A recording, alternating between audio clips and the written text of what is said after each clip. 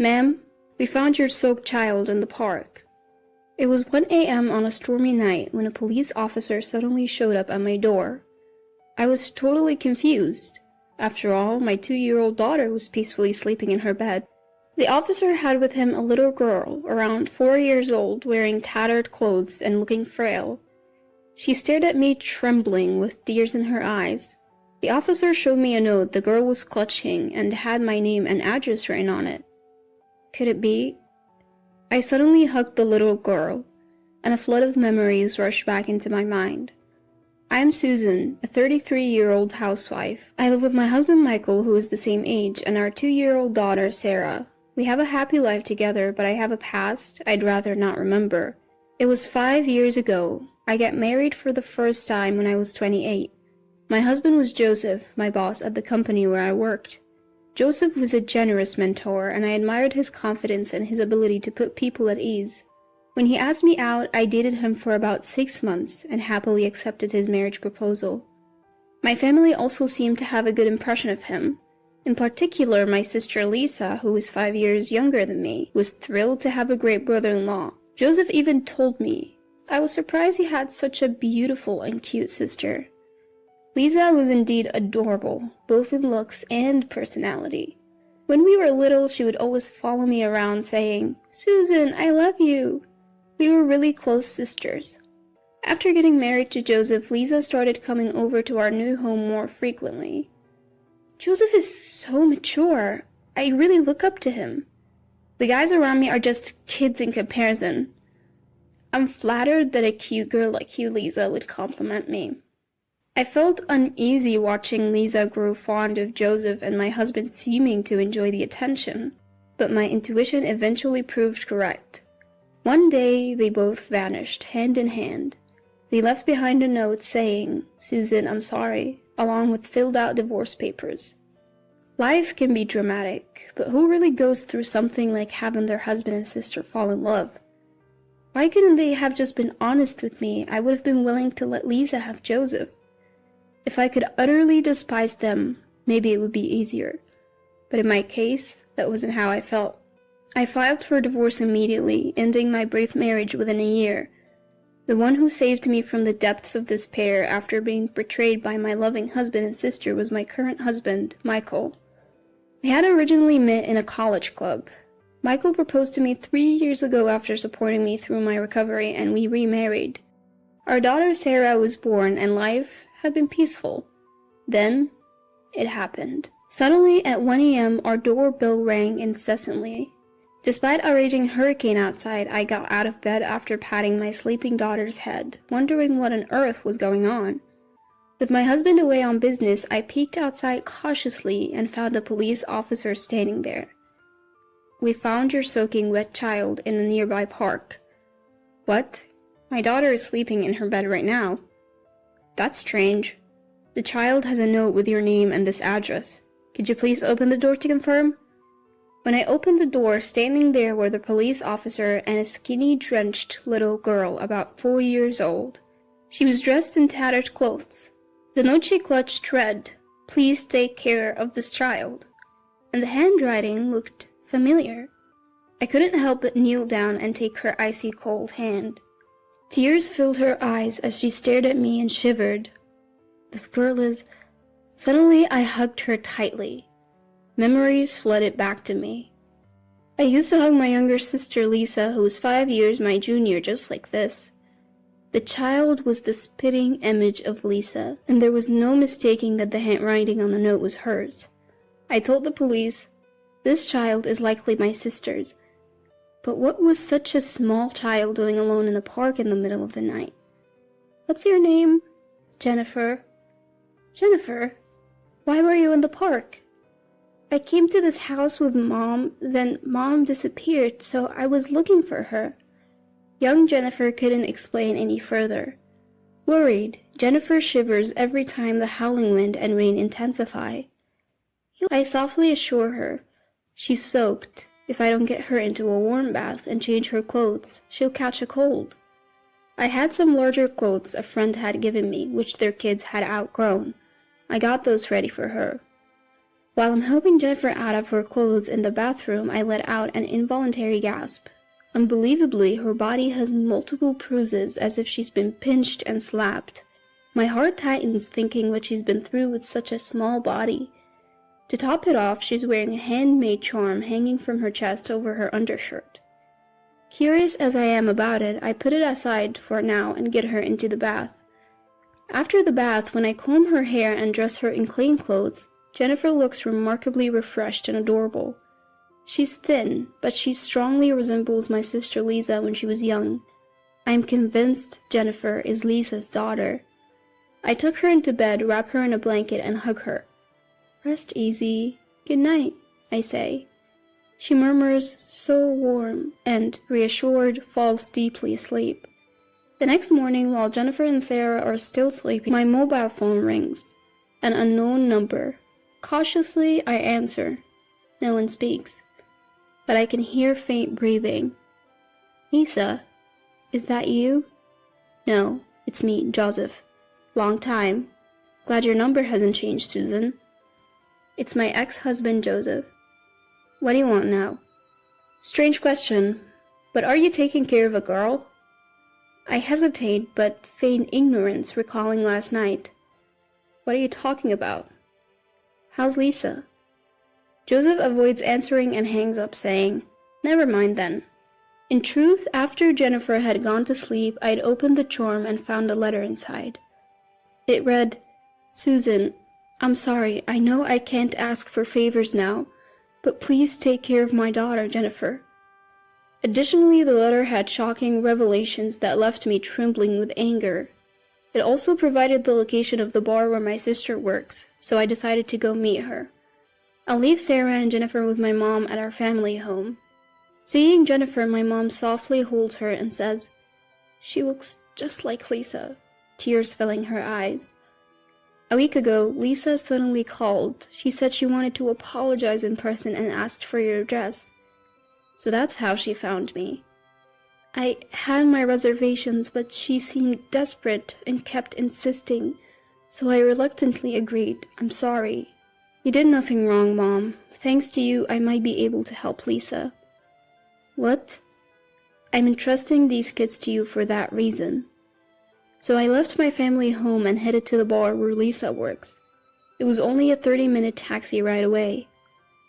Why didn't she ask for help sooner if she lived so close? I guess Lisa felt she couldn't rely on me no matter how tough things got. The bar was in a quiet corner of the entertainment district. Inside, it was dimly lit and smelled of alcohol and cigarettes. When I asked someone who looked like the owner about Lisa, he called for her right away. Stumbling from the back of the bar, Lisa appeared. The once plump and pretty Lisa I remember was gone. She looked skinny, worn out, and had a sickly complexion. I was lost for words. Lisa, who was still in her 20s, looked like a worn-out woman in her 40s or 50s. "Is that you, Lisa?" "Yeah, Susan, I'm sorry." After she finished saying this, Lisa stumbled and collapsed into my arms. That's when the owner coldly said, "She's not feeling well and can't work. Take her home." Seeing his attitude, I could easily imagine the harsh treatment Lisa had been getting here. I immediately took Lisa to the nearest hospital. The doctor diagnosed her with a severe illness, saying she came too late and doesn't have much time left. Lisa was immediately admitted. Overwhelmed by the news, I returned home and told my mom, who broke down crying. I, too, couldn't hold back my tears anymore. "I'll take care of Jennifer, Mom. Let's support Lisa together." "Yes, I'll do everything I can." Having made this promise with Mom, I took Jennifer and Sarah home. My husband Michael, who returned from a business trip that night, was shocked to see one more child in the house. When I discussed Jennifer with him, he said, "Let's pray for Lisa's recovery. In the meantime, Jennifer can stay with us." The next day, when we took Jennifer to visit her mom in the hospital, she ran up to Lisa crying. "Mom, I've missed you." "Jennifer, I'm sorry. Are you okay?" "Yeah, I'm fine. Aunt Susan is really nice." Tears in her eyes, Lisa lovingly stroked Jennifer's hair. My sister thanked me and gave me something to help protect Jennifer. From then on, Jennifer stayed with us and we occasionally took her to see Lisa in the hospital. After about 10 days, Jennifer, who had been so frail, started to look healthier and even smiled a bit. She grew fond of Sarah, almost as if they had been sisters forever. Just when I was happily watching the two of them play, I got a call from my mom back home. "Joseph just showed up at the house," she said. "I am demanding to know where Lisa and Jennifer are. Hand them over right now." "I got scared and gave him your address. I'm sorry. Get out of there before he finds you." I was hurriedly getting the kids ready to leave when the doorbell rang multiple times. Could it be Joseph already? I peered outside, and sure enough, there he was, face red with anger. Seeing him like this, something in me snapped. Despite Lisa withering away, Joseph looked like he'd put in weight, even getting chubby. I opened the door and Joseph immediately started accusing me. "Heard you got remarried and live in a nice house, enjoying the high life, huh?" "That's none of your business," I retorted. "I know Lisa and Jennifer are here. Bring them out now." "Even if they are, I can't hand them over to you." "I need Lisa to work or we don't have money. Bring her out." At that moment, Jennifer burst out and screamed, "I hate you, Dad. You always bullied Mom." "What did you say, you little brat?" Joseph tried to slap Jennifer, but I immediately stepped in between. "Lisa is in the hospital because of you. She's sick because you forced her to work and didn't allow her to get medical treatment." I had read about Joseph's recent behavior in a letter from Lisa that was inside the charm Jennifer was wearing. When Lisa got pregnant, she and Joseph left home together. Soon after Jennifer was born, they were broke and struggling. Joseph then began verbally abusing Lisa and Jennifer, saying, "This is all your fault."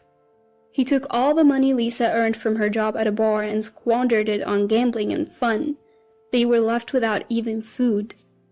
Eventually, the stress piled up and Lisa fell ill, but they had no money for medical care. My sister had written, "I won't be able to raise Jennifer if things keep going like this. At least I want to save our child." So she thought it would be best to entrust this matter to me. However, when Joseph heard it, far from showing remorse, he spat out foul words. "Lisa and Jennifer are to blame for everything. They ruined my life. It's only right that they make amends. I don't know what sort of life you've been leading, but you've brought all this upon yourself. It's all your own doing." "No, Lisa came on to me. I had no choice but to get involved. It's all her fault." "You got to be kidding me. You're the adult here, and you took advantage of a young girl like Lisa. You've done terrible things to my sister and Jennifer. I'll have you prosecuted." "You have no proof. Still think so after seeing this?" I showed Joseph pictures of Jennifer covered in bruises as well as medical reports saying Lisa also had bruises all over her body. Joseph's face changed for a moment, but he soon began to taunt me again. "See? Women are so foolish. Who's to say who caused those bruises? Especially with Jennifer. It could have been her mother." "You're a despicable man. I have more evidence. Take a look at this." I showed him a mobile phone entrusted to me by Lisa. The phone contained audio clips of Joseph spewing abuse and committing acts of violence, providing ample evidence. Suddenly, Joseph lunged at me, trying to snatch the phone away. "Stop it! What are you doing?" At that moment, Michael and the police arrived, raising their voices and pulling Joseph's grabbing hand away from me. Actually, right after receiving a call from my mother, I had contacted my husband and the police. "Joseph, what you've done to my sister and Jennifer is unforgivable. I'll be handing all the evidence over to the police. You better reflect on your actions." Joseph was immediately taken away in a police car. Michael looked at me with a mix of disbelief and concern, letting out a sigh. "You should have waited for me. What you did was reckless. I'm sorry, I just couldn't stand Joseph anymore." "Are you hurt?" As he said this, looking me over for injuries, I felt so grateful that I had married this man. That night, we got a call from the hospital. Lisa's condition had suddenly worsened and she was critical. I rushed there with Jennifer. Lisa was barely breathing, but still conscious. "Hang in there. Joseph is arrested now. You're safe." Susan, I'm sorry I messed up. Don't say that. I'm the one who introduced you to that horrible man. This isn't your fault, Lisa. Thank you. Please take care of Jennifer. Don't worry, I'll look after her until you get better. You need to hang on.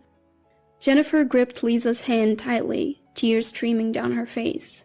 Mom, Jennifer, I'm sorry. I'll be watching over you from the sky. Be a good girl. Mom, I'll be good. I want to be with you. Mom, Jennifer. And with that, Lisa lost consciousness. My sister passed away quietly the next day. Our prayers went unanswered. If I had stayed with Joseph, my daughter and I might have faced a similar fate. I wonder if Lisa became my stand-in. I can't shake that feeling. After the trial, Joseph was sentenced to prison. My parents filed for compensation and child support from Joseph. His parents apologized for their son's actions and offered to cover the costs. They promised to make him work to pay them back after his release. Jennifer chose to live with us, so we plan to adopt her. The compensation and child support will be saved for her future. Now, Sarah looks up to Jennifer like a real sister. Seeing them together reminds me of my own sister and me when we were young. I'm committed to supporting both of them as they grow up.